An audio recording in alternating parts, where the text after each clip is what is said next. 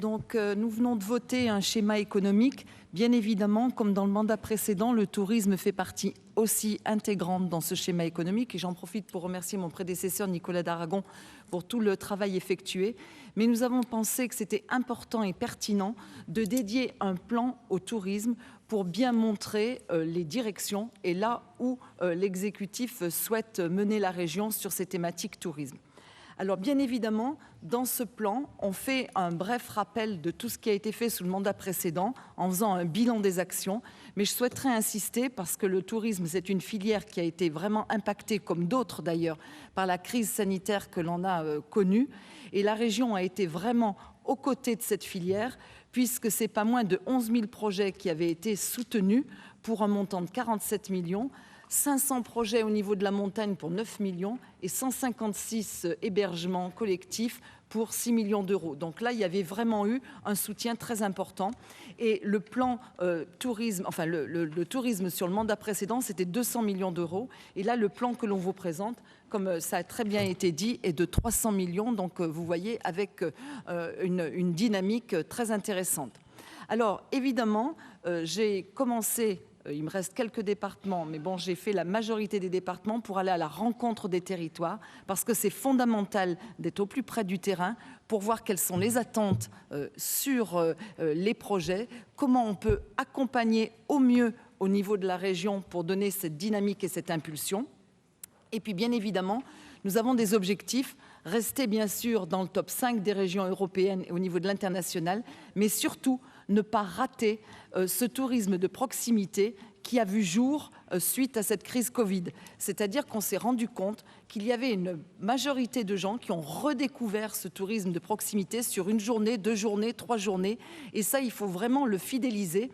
Et là, on se rend compte également que c'est à la recherche de l'authenticité. Et cette authenticité, l'authenticité, c'est quelque chose vraiment sur la région Auvergne-Rhône-Alpes où on a une carte à jouer. Donc évidemment, ce plan va s'articuler autour de grands axes. Donc le premier axe, ça sera autour de nos thématiques d'excellence. Alors la pleine nature, ça sera des territoires qui répondront. Et là, vraiment, c'est quelque chose, un marqueur très fort pour notre région, puisque c'est 52% des destinations touristiques qui sont sur la pleine nature, sur Auvergne-Rhône-Alpes, contre 41% sur le plan national. Donc on voit réellement une appétence pour cette pleine nature, pour tout ce contact, donc cette recherche de nature, cette recherche d'authenticité. Ensuite, on a le soutien à montagne 4 saisons. Alors je vais quand même peut-être dire plutôt montagne 2 saisons rallongées. Pour mon collègue Gilles, on échange beaucoup là-dessus.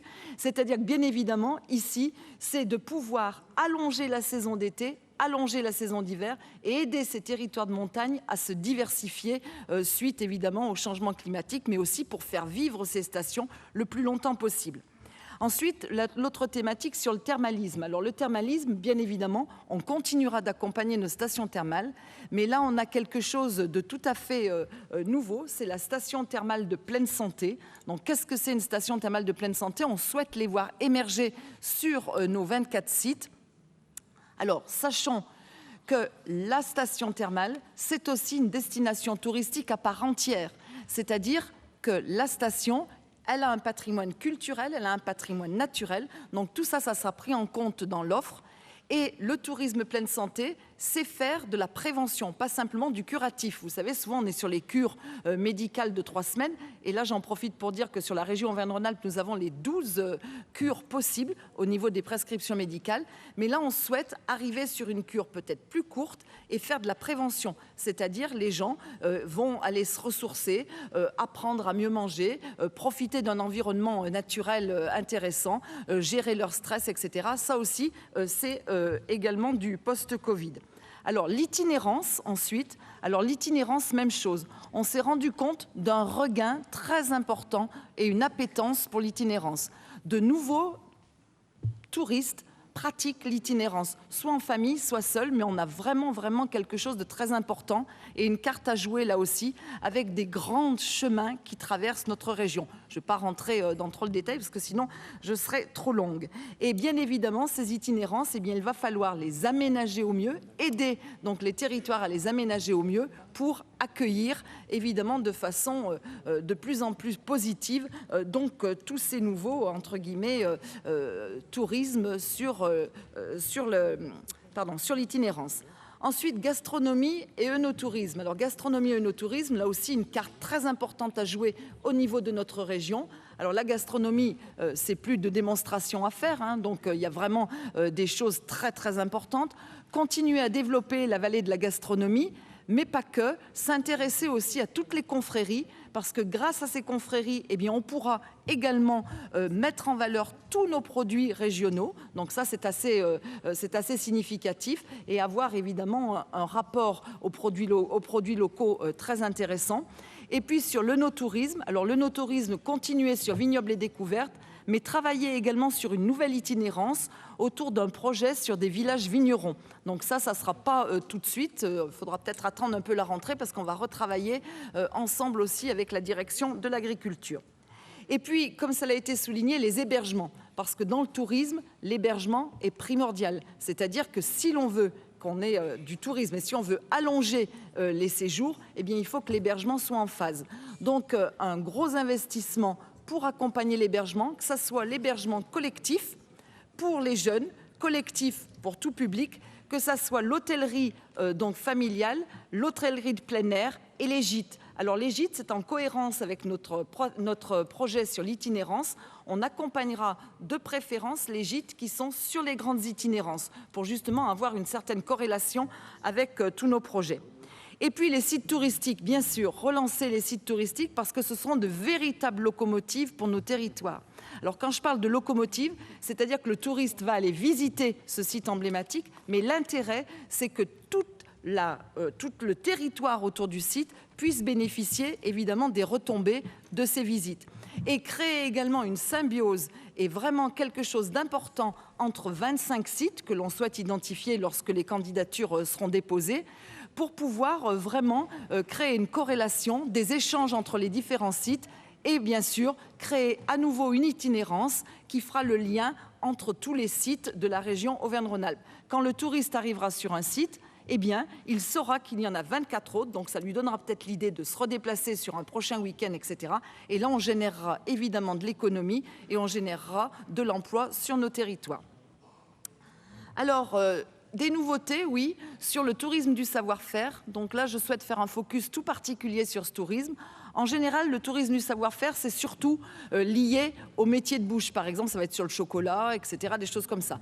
Eh bien, notre région, elle a de véritables pépites, même des entreprises sur le plan industriel ou autre. Donc l'idée, c'est de vraiment multiplier ces visites d'entreprises, ces visites de locaux, de chocolateries, de fabriques de bonbons, etc. Enfin, et j'en passe, pour vraiment avoir quelque chose de concret. Et même chose, pourquoi pas un guide de ce tourisme du savoir-faire en Auvergne-Rhône-Alpes.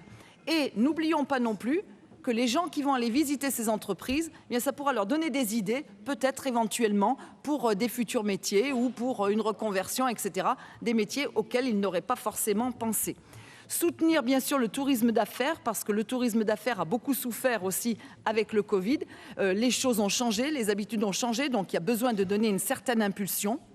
Travailler tous nos projets avec évidemment le réflexe handicap, pour que toutes les personnes porteuses de handicap puissent se déplacer sur les sites touristiques. Et là, on a une labellisation qui s'appelle H+, donc on travaillera dans ce domaine-là. Et dans le titre, nous avons durable. Donc je souhaite également, dès 2023, proposer des sites innovants, et il y en aura, des sites innovants touristiques sur notre région. Et la même chose pour démarquer la région et montrer que ce n'est pas simplement dans la parole, mais dans les actes, où on verra des choses très concrètes et que nos concitoyens, nos habitants de la région et nos visiteurs étrangers et nos visiteurs nationaux pourront se rendre compte de véritablement le virage qui est pris au niveau du tourisme en Auvergne-Rhône-Alpes. Après, n'oublions pas non plus de parler de l'ART. parce que l'ART, c'est donc le bras armé donc de la politique régionale touristique sur les territoires pour faire la promotion de toutes ces destinations. Donc voilà très brièvement, je pourrais rentrer plus dans le détail, mais je vais m'en arrêter là, tout ce que l'on peut proposer sur ce plan. Donc authenticité et faire d'Auvergne-Rhône-Alpes un peu un fleuron au niveau touristique. Alors, sur ce plan, je suis accompagnée en ce qui concerne le thermalisme par Florence Duvant.